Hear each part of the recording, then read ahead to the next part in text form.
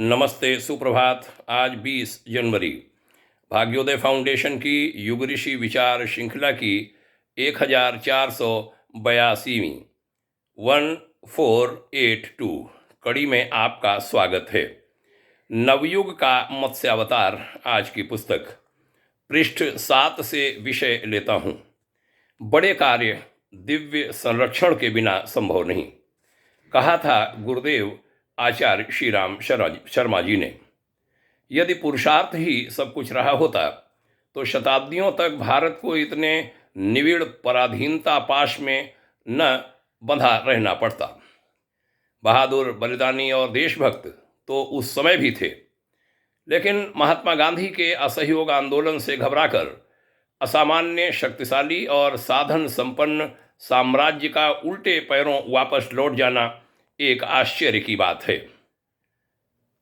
नेताजी सुभाष चंद्र बोस और विभिन्न जो क्रांतिकारी आत्माएं आईं धरती पर विशेष तप शक्ति के बल पर, उनके साथ भी यही बात लागू होती है, जिन्होंने अंग्रेजी साम्राज्य की चूलों को हिला दिया।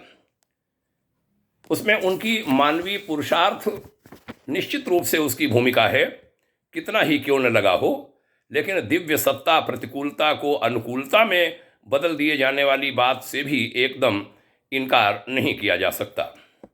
सतयुग कालीन साधन रहित ऋषि मनीषियों द्वारा अजस्र अनुदान प्रदान करके इस सुविस्तृत संसार में समृद्धि और सुसंस्कारिता का वातावरण बना देना किस नियम के आधार पर संभव हो सका होगा, यह तर्क बुद्धि के आधार पर समझना और समझाना संभव नहीं हो सकता।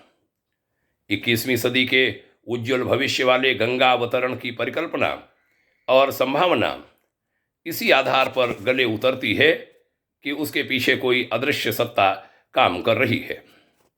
अन्यथा इस समय के असुरत्व को देवत्व में बदल देने तथा विश्वव्यापी कायाकल्प पर कैसे विश्वास किया जा सकेगा। बहनों भाइयों, बड़ा सुंदर यह लेखांश। बड़े कार्य दिव्य संरक्षण के बिना संभव नहीं होते।